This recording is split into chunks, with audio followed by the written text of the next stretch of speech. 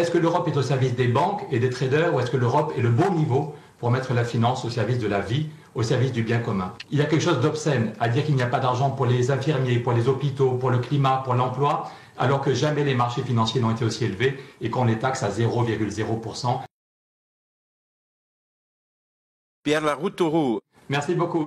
Le rapport que nous avons voté il y a 10 jours sur le financement du Green Deal rappelait qu'il faudrait 600 milliards chaque année, trouver 600 milliards d'euros, publics et privés, niveau européen et niveau national, 600 milliards nécessaires pour gagner la bataille du climat. Et le budget européen devrait donner 50 ou 100 milliards chaque année. Comment trouver autant d'argent pour le budget 2021 et pour la suite?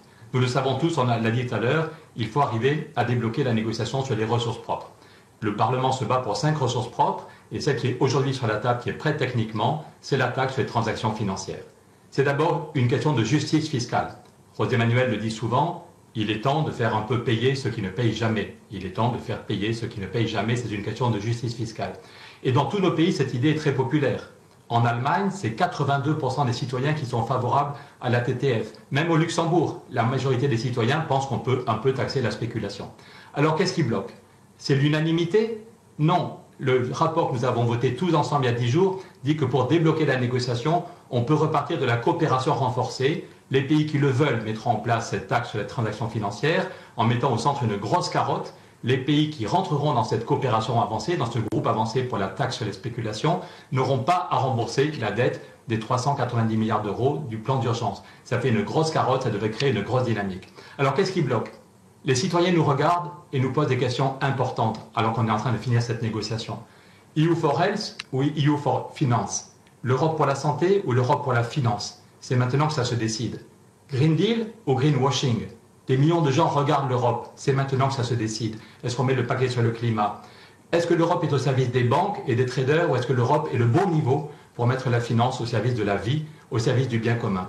C'est toutes ces questions qu'il faut que nous posions. Il y a quelque chose d'obscène à dire qu'il n'y a pas d'argent pour les infirmiers, pour les hôpitaux, pour le climat, pour l'emploi, alors que jamais les marchés financiers n'ont été aussi élevés et qu'on les taxe à 0,0%. Il y a quelque chose de scandaleux et nous le portons tous, cette indignation. On le sait tous, le pouvoir en Europe, ce n'est pas d'abord le Parlement, c'est les chefs d'État et de gouvernement. Mais une fois tous les 7 ans, le Parlement peut effectivement dire vraiment ce qu'il veut. Une fois tous les 7 ans, le Parlement peut s'imposer, faire entendre ses solutions. Une fois tous les 7 ans, on peut renverser la table et dire tant que ce budget n'est pas bon, la réponse est non. Alors mes amis, je pense que tous on en a conscience, nous aurons du mal à nous regarder dans la glace dans quelques années si nous ne faisons pas le maximum dans les jours qui viennent, dans les semaines qui viennent, pour avoir un budget beaucoup plus ambitieux. Si on rate cette occasion, pendant 7 ans, il n'y aura pas d'argent pour la recherche ou pas assez. Pendant 7 ans, pas d'argent pour le climat. Et on ne pourra pas atteindre les objectifs 2030 pour le climat si on n'a pas d'argent jusqu'en 2027. Ce serait dramatique.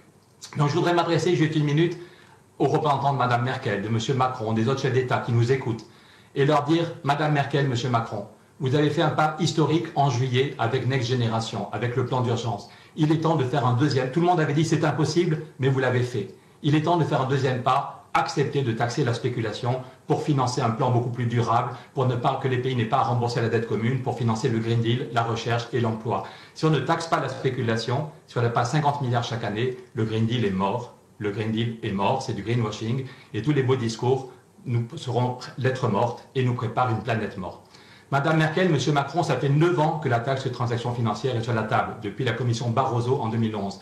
9 ans de réflexion, maintenant c'est bon, il faut décider. Le Conseil ECOFIN qui se réunit le 1er décembre, doit prendre une décision et qu'un certain nombre de pays disent oui, en 2024, on va créer cette taxe sur les transactions financières. Tous ceux qui le veulent viennent et les autres, tant pis pour eux, ils devront dire comment ils remboursent la dette autrement.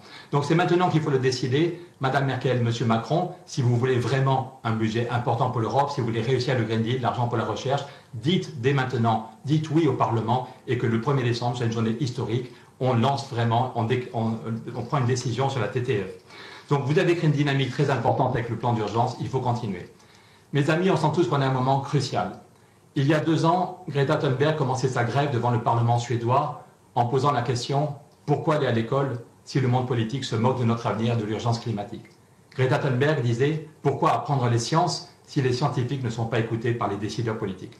Aujourd'hui, je pose la question « Pourquoi voter des textes au Parlement? Ça fait des mois qu'on travaille et qu'on réfléchit. Pourquoi voter des textes au Parlement si les gouvernements écoutent plus le lobby bancaire, le lobby de la finance, plutôt que le Parlement européen ?»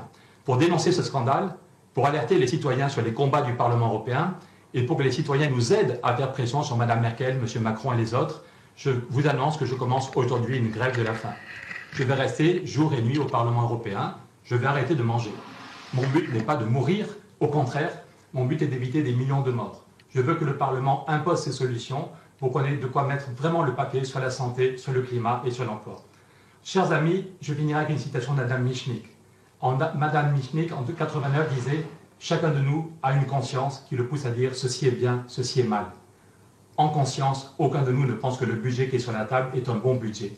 Donc je ne vous demande pas si vous êtes d'accord ou pas avec la grève de la faim, ce n'est pas le sujet. Je vous demande de tenir bon. Le Parlement européen doit tenir bon, doit imposer ses solutions pour un budget plus ambitieux, pour le climat, pour la santé, pour l'emploi. Mes amis, n'ayons pas peur d'écouter nos consciences. Merci. Merci, Pierre.